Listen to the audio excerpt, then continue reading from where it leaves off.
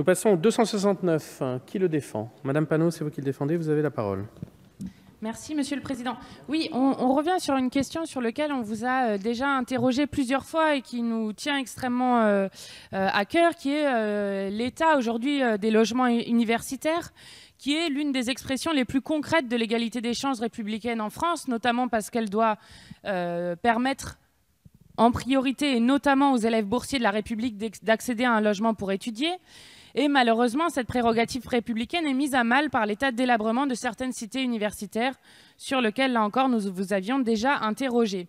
Disposer d'un logement pour étudier est évidemment une nécessité, et vivre et étudier dans une chambre parfois de 9 à 12 mètres carrés est un défi difficile, voire impossible, si on doit faire face à un mobilier délabré, des murs mal ou non isolés, des peintures à l'abandon, des punaises de lit parfois, et j'en ai vu beaucoup dans les quartiers dans lesquels je travaillais. Je peux vous raconter l'enfer que c'est de vivre avec des punaises de lit. Vous ne pouvez plus dormir. Enfin bon, c'est quand même des insectes qui peuvent survivre 2 ans sans sang. Donc vous imaginez combien de temps ils peuvent rester dans le logement.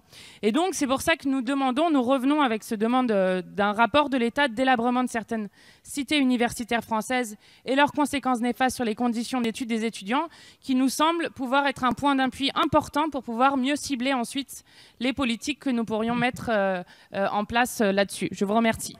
Je vous remercie. Quel est l'avis de la commission, monsieur le rapporteur? Alors, cette thématique de la vie étudiante fait partie des thèmes qui ont été abordés lors de l'intense concertation qui a été conduite par le ministère de juillet à octobre. Ce volet vie étudiante, vous le savez, passe notamment par la réforme de la politique du logement, avec notamment la création de 60 000 logements supplémentaires et la généralisation de la garantie locative gratuite. Cela se fait en parallèle avec, on l'a dit tout à l'heure, une stabilisation d'un certain nombre de coûts de la vie étudiante, que ce soit au niveau des droits d'inscription ou des tickets de Crous. Donc le logement et la santé des étudiants sont au cœur des préoccupations du gouvernement, qui active plusieurs dispositifs pour répondre aux enjeux. Ce sont des sujets, ceux que vous abordez ici, qui font bien sûr l'objet d'un suivi très précis par le CNUS, par les Crous, qui en 2017 par exemple ont réhabilité 4100 chambres, et qui sont des opérateurs responsables, qui savent procéder à la planification des programmes de rénovation, de réhabilitation et de construction. C'est donc un avis défavorable. Je vous remercie. Quel est l'avis du gouvernement?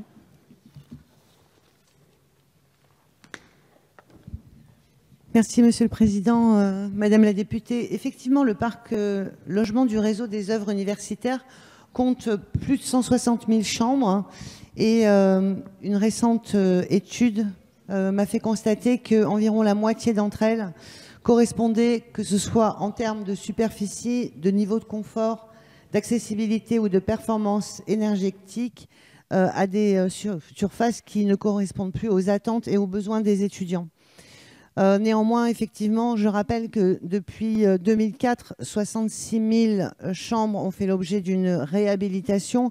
J'ai donc demandé au directeur du CNUS de me présenter un calendrier pour une réhabilitation complète.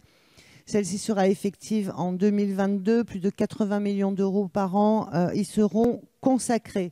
Comme cela a été rappelé, nous avons aussi travaillé dans le cadre de l'interministériel pour que le plan 80 000 logements contienne 60 000 logements étudiants et 20 000 logements à destination des jeunes actifs. Nous avons aussi souhaité renforcer et faciliter la cohabitation intergénérationnelle parce qu'elle est créatrice aussi de liens sociaux, et elle sera encouragée par une incitation fiscale. Nous proposons de mettre en place un observatoire national du logement étudiant dès la rentrée 2018 afin d'établir le bilan à la fois de la démarche de réhabilitation et de la démarche de construction. En ce qui concerne les punaises de lit, effectivement, vous m'avez déjà interpellé sur ce sujet. Je vous conseille de consulter votre chaîne d'information préférée. Vous verrez que c'est une invasion nationale et que ces petites bêtes hantent les demeures les plus humbles comme les demeures les plus chics. Aussi, je vous propose le retrait de cet amendement et à défaut, l'avis du gouvernement sera défavorable. Je vous remercie. Est-il retiré? Madame Panot, vous avez la parole. Merci, Monsieur le Président. Bon, je vais quand même garder cet amendement parce que souvent, on nous renvoie vers des assises, des états généraux, des observatoires qui, pour nous, ne sont pas des garanties toujours suffisantes de la prise en compte du problème. Néanmoins, je voulais vous remercier pour votre réponse très précise. Et juste pour aller un peu plus loin sur ce que vous disiez sur les punaises de lit, on est entièrement d'accord pour dire que ça touche absolument tous les milieux, un peu partout, que cette invasion devient massive, commence à créer des problèmes de santé publique aussi, notamment avec des personnes qui sont allergiques. Et la question d'avoir des services intégrés municipaux pour pouvoir désinsectiser et l'argent qui va être mis dans la désinsectisation est une question extrêmement importante qui, je pense, peut devenir un vrai problème national dans les années qui viennent si ce n'est pas pris en compte, notamment dans de l'habitat délabré où les punaises de lit passent facilement entre les logements. Merci. Je vous remercie. Nous passons donc au vote sur le 269 qui a reçu 2 avis défavorables. Qui est pour? Qui est contre? Il est donc rejeté.